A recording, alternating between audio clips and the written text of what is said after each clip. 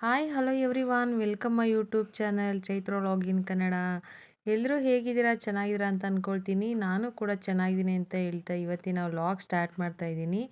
ಯಾರೆಲ್ಲ ಹೊಸ್ದಾಗಿ ನನ್ನ ವಿಡಿಯೋ ನೋಡ್ತಾ ಇದ್ದೀರಾ, ಇನ್ನೂ ಸಬ್ಸ್ಕ್ರೈಬ್ ಮಾಡ್ಕೊಂಡಿಲ್ಲ ಅಂದರೆ ಸಬ್ಸ್ಕ್ರೈಬ್ ಮಾಡಿಕೊಂಡು ವಿಡಿಯೋ ನೋಡಿ, ಹಾಗೆ ಲೈಕ್ ಕೊಟ್ಟು ಕಮೆಂಟ್ ಮಾಡೋದು ಕೂಡ ಮರಿಬೇಡಿ.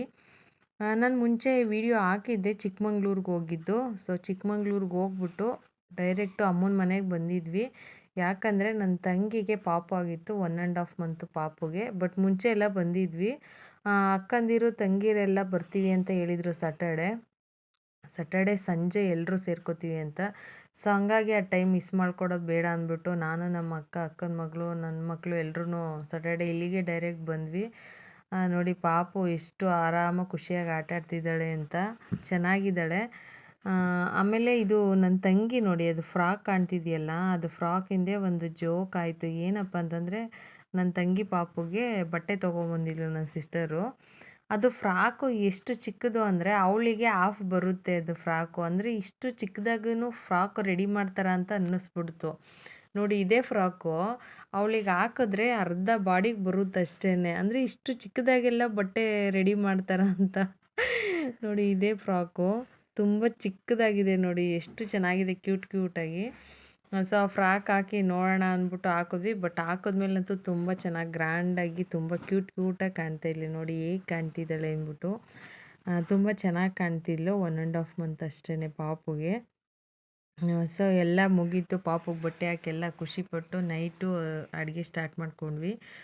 ಇದು ನಮ್ಮ ಅಕ್ಕನೇ ಅಡುಗೆ ಮಾಡಿದ್ದು. ಇವರು ಫಸ್ಟ್ನೇ ಅಕ್ಕ. ಇವರು ಅಡುಗೆ ಮಾಡೋದ್ರಲ್ಲಿ ತುಂಬ ಎಕ್ಸ್ಪರ್ಟ್ ಇದೆ ಇವರಿಗೆ. ನಮ್ಮ ಅಕ್ಕ ಮುದ್ದೆ ಬಸ್ಸಾರೆಲ್ಲ ತುಂಬ ಚೆನ್ನಾಗಿ ಮಾಡ್ತಾರೆ. ಹಂಗಾಗಿ ನಮ್ಮ ದೊಡ್ಡಕ್ಕನೇ ಎಲ್ಲ ಅಡುಗೆ ಮಾಡಿದ್ದು. ಇವರೇ ನನ್ನ ಫಸ್ಟ್ನೇ ಅಕ್ಕ. ನೋಡಿ ಪಾಪ ಇವ್ರು ಫಸ್ಟ್ನೇ ಅಕ್ಕ, ಎಲ್ಲ ಕೆಲಸ ಮಾಡಿ ಅಡುಗೆ ಮಾಡಿ ಎಲ್ಲ ರೆಡಿ ಮಾಡ್ತವ್ರೆ.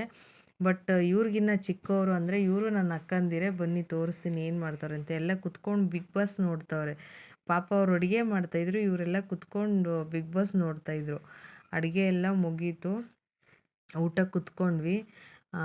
ಅಂದರೆ ಇಷ್ಟು ಜನ ಒಂದು ಕಡೆ ಸೇರೋದ್ರಲ್ಲೇ ಒಂಥರ ಖುಷಿ. ಅಂದರೆ ಎಲ್ಲರೂ ಒಂದೇ ಸಲ ಬಂದಾಗ ಮಕ್ಕಳು ಮತ್ತು ಸಿಸ್ಟರು, ಅಕ್ಕ ತಂಗಿದಿರು ಎಲ್ಲರೂ ಬಂದರೆ ತುಂಬ ಖುಷಿಯಾಗುತ್ತೆ. ಅದು ನೈಟ್ ಮುಗೀತು. ಇದು ಮಾರ್ನಿಂಗು.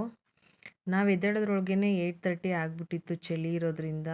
ಅದಕ್ಕೆ 8:30ಲಿ ಎದ್ದು ಕಾಫಿ ಕುಡಿತಾ ಇದ್ದಾರೆ ನೋಡಿ ಮಕ್ಳುಗಳೆಲ್ಲ ಬಿಸ್ಕೆಟ್ ತಿಂದ್ಕೊಂಡು.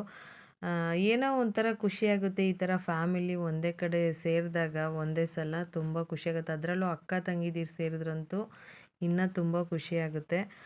ಅವತ್ತು ಸ್ಯಾಟರ್ಡೆ ಆಗಿರೋದ್ರಿಂದ ಅಮ್ಮ ಮತ್ತು ಅಣ್ಣ ಎಲ್ಲ ಚಿಕನ್ ಮಾಡೋಣ ಅಂತಂದರು.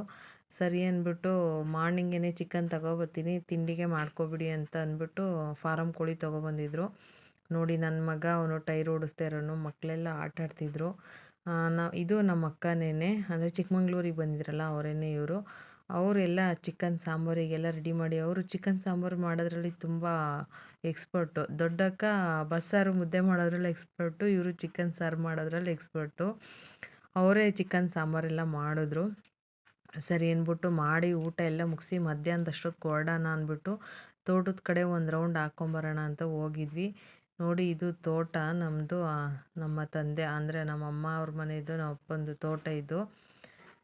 ಇನ್ನೊಂದು ಏನಪ್ಪ ಅಂತಂದರೆ, ತವ್ರ ಮನೆಗೆ ಹೋದಾಗ ತಂದೆ ತಾಯಿ ಇದ್ದರೆ ತುಂಬ ಖುಷಿಯಾಗುತ್ತೆ ತವ್ರ ಮನೇಲಿ. ಯಾಕೆಂತಂದರೆ ಅವರು ನಮಗೇನು ಕೊಟ್ಟು ಕಳಿಸೋದೇ ಬೇಡ, ಬಟ್ಟು ನಾವು ಹೋದಾಗ ಟ್ರೀಟ್ ಮಾಡ್ತಾರಲ್ಲ, ಅದರಲ್ಲೇ ಒಂಥರ ಖುಷಿ ಇರುತ್ತೆ. ಅಂದರೆ ನಾವು ತವ್ರ ಮನೆಗೆ ಹೋದಾಗ ಮೇಯ್ನು ತಂದೆ ತಾಯಿ ಇರಬೇಕು. ಅಲ್ಲಿ ಯಾರಿಲ್ಲ ಅಂದರೂ ಅಟ್ಲೀಸ್ಟು ತಾಯಿನಾದರೂ ಇರಬೇಕು. ಯಾಕಂದರೆ ಅವರಿಗೆ ಮಕ್ಕಳು ಬರ್ತಾರೆ ಅಂದ್ರೇ ಏನೋ ಒಂಥರ ಖುಷಿ. ಅದರಲ್ಲೂ ಎಲ್ಲ ಮಕ್ಕಳು ಮೊಮ್ಮಕ್ಕಳು ಒಂದೇ ಸಲ ಬರ್ತಾರೆ ಅಂದರೆ ಅವ್ರಿಗೆ ಆಗೋ ಖುಷಿನೇ ಬೇರೆ.